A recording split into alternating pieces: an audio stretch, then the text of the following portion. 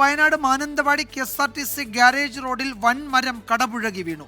വനം വകുപ്പ് ഓഫീസിന്റെ പറമ്പിൽ നിന്നാണ് മരം റോഡിലേക്ക് പതിച്ചത്. 4 വാഹനങ്ങൾക്ക് കേടുപാടുകൾ സംഭവിച്ചു. വൈദ്യുതി ലൈനുകളും പൊട്ടി വീണു. സുർജിത്ത് അയ്യപ്പത്ത് വിവരങ്ങൾ നൽകും വയനാട്ടിൽ നിന്ന്. സുർജിത്ത്, കനത്ത മഴ പെയ്തോ ഇന്ന്? ആ സമയത്താണോ ഈ വലിയ മരം റോഡിലേക്ക് കടപുഴകി വീണത്? വിജയകുമാർ, മഴ ഉണ്ടായിരുന്നില്ല. ഇന്ന് രാത്രി 8:30യോടെയാണ് ഇത്തരത്തിലൊരു സംഭവം ഉണ്ടായത്. നോർത്ത് വയനാട് DFO ഓഫീസിന്റെ വളപ്പിലെ മരമാണ് കടപുഴകിയത്. മാനന്തവാടി അഗ്നിരക്ഷാ സേനാംഗങ്ങളും നോർത്ത് വയനാട് RRT സംഘവും ചേർന്നാണ് മരം മുറിച്ചു മാറ്റിയത്. KSRTC ഗ്യാരേജ് റോഡിലേക്കാണ് മരം കടപുഴകി വീണത്. 4 വാഹനങ്ങൾക്കാണ് കേടുപാടുകൾ സംഭവിച്ചത്. മറ്റ് അനിഷ്ട സംഭവങ്ങൾ ഉണ്ടായിട്ടില്ല. വിജയകുമാർ.